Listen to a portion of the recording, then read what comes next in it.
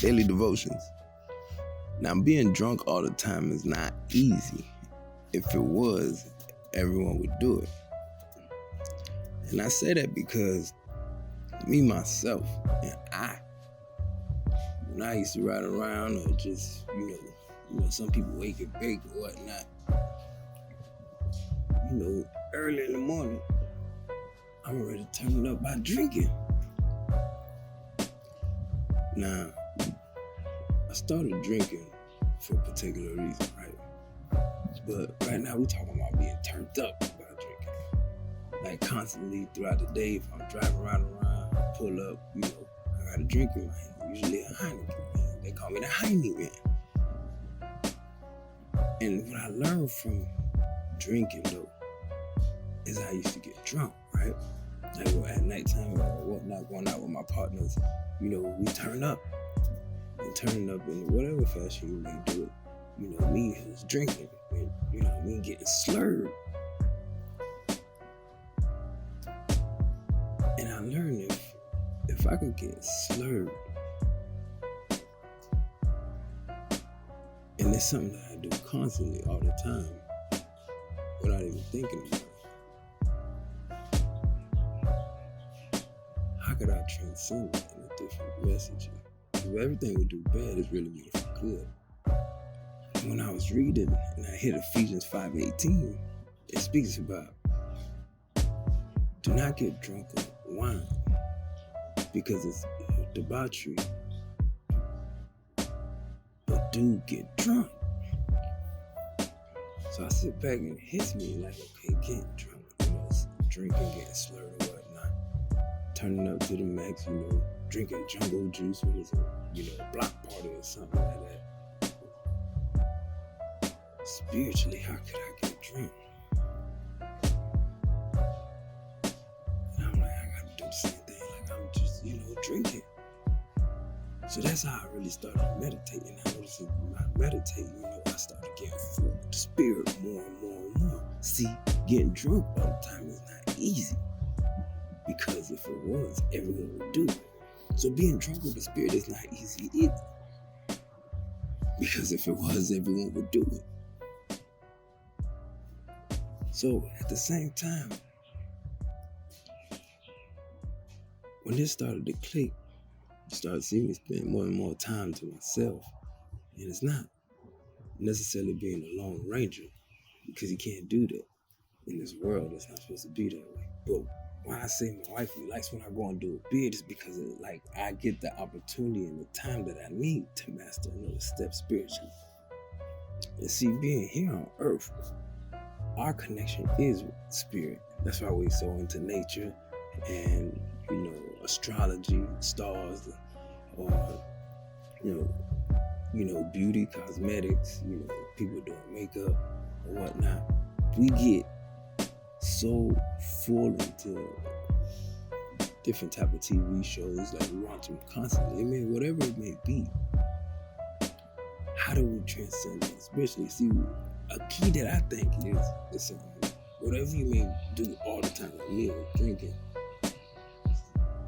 even though I was disconnected to the spirit, I was always talking to the spirit. So in a sense, I still was connected because I was still talking to him. And whatever it be, you might be in an office all day long. And if you're in the office all day long, taking that time when you're meditating. See, meditating is focusing, zooming in on something. And if you're zooming in and speaking to your spirit, when you being connected, see, I think that's key. If you're doing it towards something that you're doing all the time, even if it's negative, but if you're trying to really incorporate doing something like this all the time, it's going to become rapid just like that. Just like something you don't think about. Just like waking up, me going to the fridge, you popping a honey or whatnot when I'm about to slide, go to the store or something. Gotta make it stop everywhere I go. But it says in Ephesians 5:18, do get drunk, get slurred.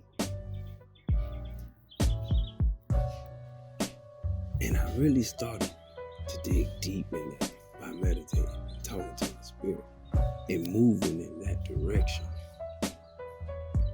See, My wifey may say that my friends are no good for me. It's not that she don't like my friends, but because we're not lone rangers here on this earth, hanging with them, she knows I'm not getting the type of nutrients I need to continue to be filled with the Spirit. And that's what fuels us, because it's like going to a block party or whatnot and grabbing some jungle juice and continue just to turn up. See, that's why the surroundings of what you do or who you hang with, the same as who you become. So, spending time getting drunk is how I do that now spiritually, by meditation. Or even when I was getting splurged, just constantly talking to the Spirit. And as I continue to do that, different things started to hit me. That's how I learned that was my stronghold. See, your stronghold is really your source of power. You may not know good or bad, because your stronghold, whatever you do all the time, if you can flip that into meditating and speaking to your spirit and being able to rise and go into that different realm like that, then you'll notice that you have the key to unlock any door that you may want to open. Now, there's certain doors that you don't want to open. Somebody had told me that one time. Don't open up doors that you don't want to be open, because you have the key. Now, when I think about it, I get what he means by that, because you have the key. Like, don't ask certain questions that you don't really want the answer to, because you have the key. If you don't want to know it, don't open that door. Don't put the key in there. See, what I wanted to know about the Spirit, and that's why I get that I thought for the Spirit. See, before times, they spoke about God. In the Bible, they speak about Jesus. And then, really, if you get anything from the Bible, it's telling you that through Him that you are connected to your Spirit. So, okay, however you may believe, get in touch with your Spirit. Let that do the rest of all the work that needs to be done to get closer to Him, because that's the only way you can be able to even have conversation with Him. The man above. We all know and believe in magic. We see magic tricks. We see different things on television. Okay, we see people do black magic. We see people do voodoo. Now, we may say we don't believe in those things, but we know those things are true, right? And those people that do that, they have to spend massive amounts of time in that realm. They have to be in that realm for a while to be able to call on those spirits, right? So I started thinking, if they have power over there doing that, then I must have way much power over here in the Spirit, being connected to the God of all gods. See, you may have to sit back and check yourself and see what capital letter GODS God you reckoning with. See, me, I serve that capital G, capital O, capital D. There is no S at the end of His name. He is I am Him, me. And that's where I had to learn being, S third.